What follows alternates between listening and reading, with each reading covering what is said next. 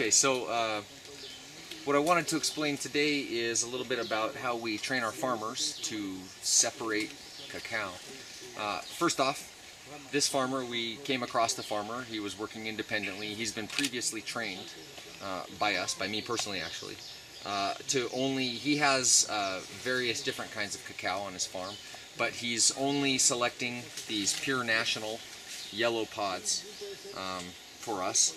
This is an example of a pod that he's not going to cut open and harvest today. He's going to use these seeds to propagate the national variety here on his farm. So what he's done is he's cut open these pods, and pods that have like this, that are diseased, that have potential problems in the seeds. Gracias, déjalos aquí. Gracias. That's okay. Those bad beans are put aside in a different bucket.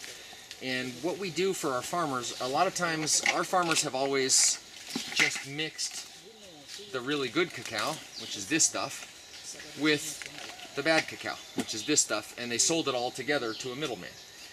And what happens is, now that we're taking the best cacao, and they've got this other stuff that we would call discard cacao, it's a little tough for them to sell only the junk cacao to their middleman. So what we offer them is a service where they'll lay this out to dry. It won't even get fermented, and the next time we're harvesting up here in a couple weeks, we'll buy this dry stuff for them, and because we're already transporting the good beans with their pulp down to our processing facility, we'll take their dry junk beans, we'll buy them at the same price as the middleman, and we basically provide the transport for them.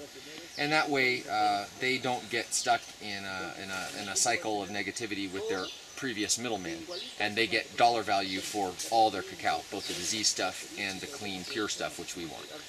And that helps to convince farmers to sell the good stuff to us. Yeah, and it's also worth mentioning, once that good cacao makes it down to our facility, we and our team will do another sweep through it, just to get any last bad beans that might have made their way in there out of there. That's right. For example, even though we ask them not to, sometimes the farmers open beans with machetes, and occasionally we'll find a perfectly good bean, but it'll have a little bit of a machete cut on it, and we try to take those out because they ferment a little differently. I don't see one to show you an example right now. And sometimes within the same pod, almost all of the beans will be ripe, but a couple of them will still be immature. So we'll sweep through and get those out of there as well. It looks like, even though I saw them opening the pods with a machete, that they've been very careful and there are no machete cuts on the beans, so that's good. So that's a little bit of the story of how our farmers cut open the pods, even when we're not necessarily here, and how they separate out the good beans from the junk beans. But there's a good chance that we may end up buying these junk beans dry and selling them to a middleman, and that goes into conventional chocolate, while only the best of the best goes into our Fortunato No. 4 chocolate.